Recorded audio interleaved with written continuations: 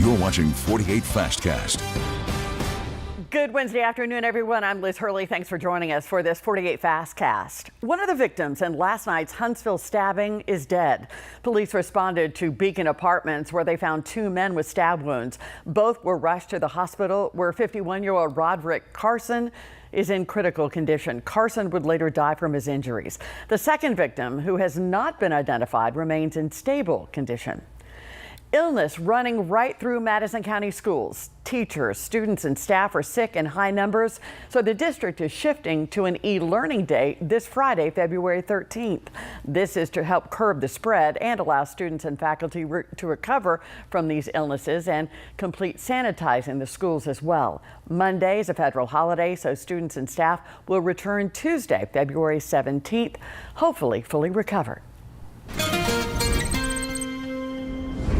After the morning rain, we've turned out a pretty nice day. Northerly winds kind of tapering off, still around 10 miles an hour. Here's a look right now outside our weather window. Some high cirrus clouds.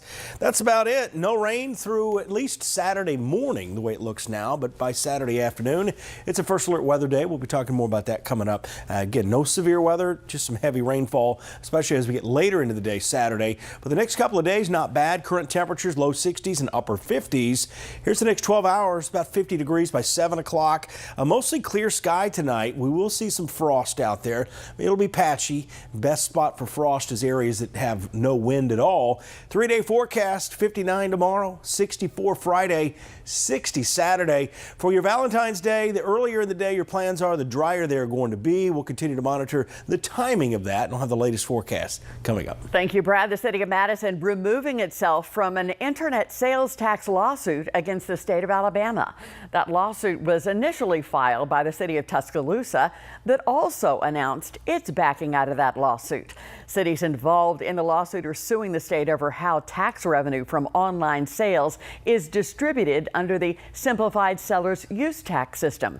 That means companies like Amazon and DoorDash's tax dollars go into state coffers rather than to the city where the purchase was made. WAFF 48's investigative reporter Nick Ballinger will have more on this lawsuit coming up in our evening newscasts. The mother of a Hartsville teen killed during a police chase is asking state lawmakers to pass the Tristan Hollis Act.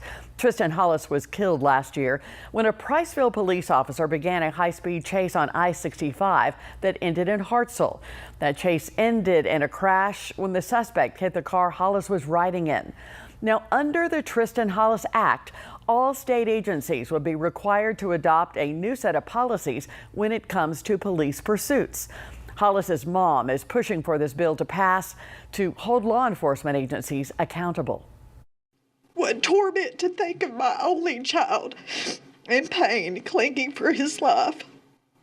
How scared he must have been, asking for a law to pass in honor of him and his memory, so other families and victims do not have to live with this unbearable grief. To hold officers of the state accountable for their actions, to serve and protect, not seek and destroy.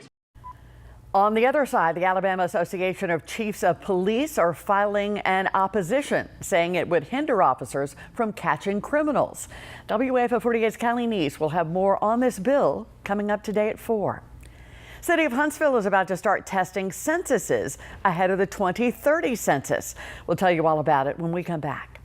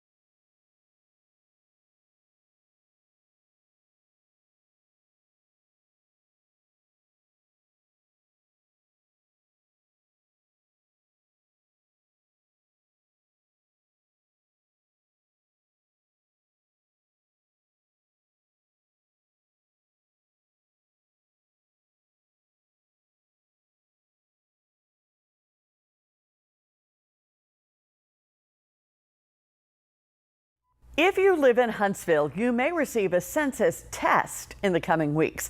Huntsville is one of 2 test cities in the country used to prepare for the 2030 census.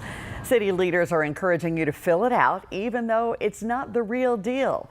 This will actually help census officials test what works ahead of the real census in 4 years. City leaders say strong participation can lead to more resources for the city of Huntsville down the line. The response in 2020 was helpful because it helped us get more money for things like roads and schools and other programs that rely on federal funding. Also, importantly for the state of Alabama, we were able to keep our entire congressional delegation. That was one of the worries that the state had. And thanks to the response that Huntsville and the rest of Alabama had, we were able to keep that congressional delegation as is. Now the test will be sent throughout the spring. Now, your first alert weather with Chief Meteorologist Brad Travis.